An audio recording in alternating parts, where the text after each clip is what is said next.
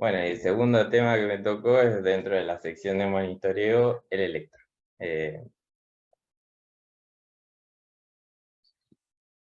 Como definición, el electrocardiograma es la representación visual que tenemos de la actividad eléctrica del corazón en función del tiempo. Se obtiene desde la superficie corporal con un electrocardiógrafo en forma de cinta o una imagen en el monitor, que es lo que más común vemos nosotros, aunque en el prequirúrgico vamos a tener un papel o una cinta con tinta. Bueno, las ondas básicamente que vamos a ver del electro, tenemos la onda P, el QRS, la T, cada uno representa la despolarización de las aurículas, ventrículos, la repolarización ventricular y los diferentes segmentos, ¿sí? Que cada uno va a tener una importancia en el diagnóstico, y hay una clase específicamente de todo eso.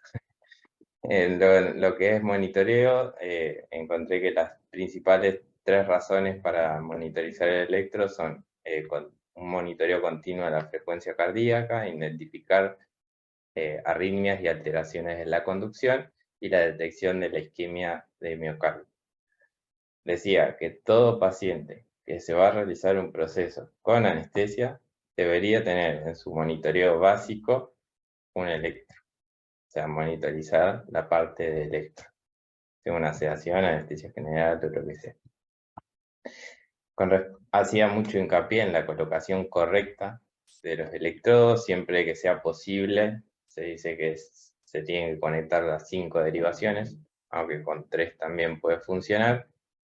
Brazo derecho, brazo izquierdo, si es infra, como muestra la imagen ahí a la derecha, infraclavicular, si se coloca sobre superficies óseas se ve mejor.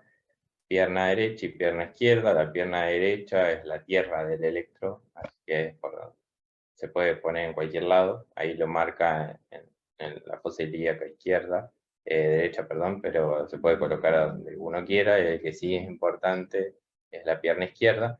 Y la derivación central o ventricular, que nos va a dar mayor sensibilidad si lo colocamos en B5 y B6. Diferentes estudios vieron que vamos a tener una mejor tasa de fiabilidad si vemos un evento isquémico en la parte baja del corazón y lo localizamos entre B5 y B6. En lo que es el monitor del electro, hay diferentes parámetros que se pueden modificar y que van a hacer que nosotros podamos ver con mayor fiabilidad la imagen que necesitamos.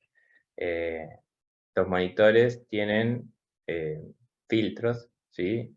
Porque la señal de electro está sujeta a ruidos que son de alta frecuencia. Estos filtros utilizan un pasabanda que lo que hace es estrechar el ancho de la señal de electro y reducen artefactos y mejoran la calidad de la señal. Yo estuve mirando en lo que son los monitores que tenemos en el hospital. Por ejemplo, en la mesa nueva tiene diferentes modos: un modo de diagnóstico, un modo de cirugía y un modo filtro. O sea, el modo filtro lo que hace es acorta las frecuencias bastante, por lo que nos va a cambiar un poco la imagen, porque la filtra tanto que a veces la aplana, la chata, o sea, baja el QRS, baja las ondas T y la onda P, pero saca todo el ruido de la señal. Hay que tener cuidado con esto porque puede enmascarar algunas cosas, por ende siempre el mejor modo para utilizar es el modo monitor, que es como la recomendación y está entre un filtro, tiene la literatura decía entre 0,5 y 40 hercios, que por ejemplo te elimina el ruido de la respiración, y frecuencias altas, como puede ser temblor o algún mecanismo del electro, también tienden a eliminarlos. Otra cosa que podemos, acá por ejemplo hay una imagen de Miller, donde explica los diferentes modos y se ve cómo la señal del electro se le va saliendo ese ruido de base, pero cada vez se simplifica más la imagen y pueden pasar cosas desapercibidas. Otra de las cosas que podemos modificar es la ganancia, ¿sí?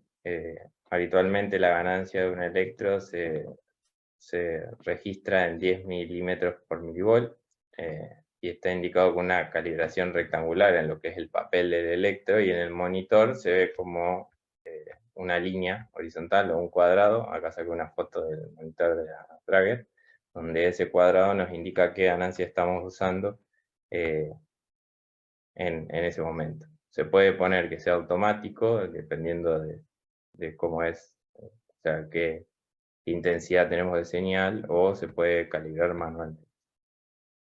Hay que destacar que si uno amplifica la señal, vamos a tener, si hay una depresión del ST o un super ST, va a ser mucho más prominente y por ende siempre hay que tenerlo presente a la ganancia del electro. Acá hay un ejemplo, por ejemplo, que usa una ganancia normal de 1 milivolt, y después cuando pasa a 0,5, esa depresión que se ve chiquita arriba, después se ve enorme, y siempre extrapolarlo a la ganancia que estamos utilizando. Otro de los modos que tiene el monitor cuando usamos el electro es el modo de estimulación, que dice que es un registro de velocidad de detección mayor, y lo que puede hacer es mostrarnos las espigas de estimulación que tiene un paciente con marcapasos para saber que está funcionando correctamente. Lo que decía en la clase anterior es que siempre es de buena práctica poder registrar, imprimir. La mayoría de los monitores tienen para imprimir, lo que ya tenemos el papel, pero por lo menos sacarle una foto a la pantalla o registrar un video para tener un ritmo de base, porque después cuando hay un cambio en una cirugía decimos, ¿eso lo tenía? ¿No lo tenía? ¿Sí lo tenía? Así que siempre es de buena práctica registrar el ritmo de base del paciente para después compararlo con los diferentes cambios que se producen. Podemos tener diferentes artefactos, como nombré hace un rato. El artefacto más común es el electrobisturí, unidad electroquirúrgica, que nos impide, como sabemos, ver la frecuencia a veces, porque hasta cambia los valores y la forma de las ondas. Sin embargo, cuando lo tenemos simultáneamente con otros registros, como puede ser el oxímetro de pulso o la presión arterial, nos permiten la monitorización segura, ¿sí? Comparándola hasta, o si no, decirle al cirujano, frena un poquito el electro, que necesito ver el ritmo del paciente. Después al costado hay una lista de otras cosas que pueden producir artefactos electrocardiográficos. Acá es lo que vemos todos los días cuando usan el electrobisturí, y que las otras líneas, o sea, la arterial no se produce el cambio.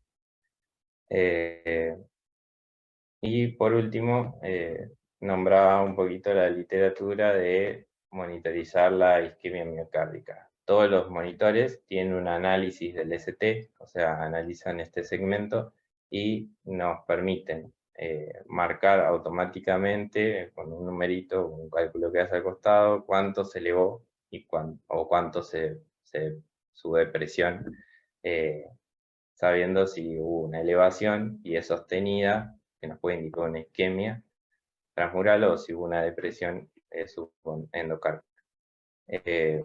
Lo hacen en tiempo real y está bueno porque uno cuando ve en el monitor es difícil calcular, o sea, cómo sabes cuánto de presión tiene. Entonces, uno activando en el monitor el análisis del ST, que se configura muy rápidamente, nos tira el numerito al costado de cuánto es la variación de este ST. A veces dice que el electro puede marcar una configuración errónea por movimiento del paciente, por cambio de posición o lo que sea, y se puede ajustar cuál es la línea isoeléctrica del paciente y a dónde está el ST para que el análisis sea un poco más fiable. Y los criterios electrocardiográficos de isquemia aguda son cambios continuos del segmento ST en 12 derivaciones, cuando tenemos un electro común superiores a 0,2 milivolt, desde la línea de base en una sola derivación, o más de 0,1 milivolt en 2 derivaciones continuas y que duren más de 10 minutos. Como sabemos, la isquemia transmural es medida por falta de suministro, es poco frecuente perioperatoriamente, pero puede pasar. Y si vemos una elevación del ST en las derivaciones inferiores, que sería de 2, de 3 y ABF, sugieren oclusión de la arteria coronaria derecha descendente posterior y en B4 o B6, por eso colocar los electrodos en esta posición nos indicaría que el territorio es la descendente anterior izquierda o la circunfleja. Esta bibliografía que usé, me basé más que nada en lo que era monitoreo y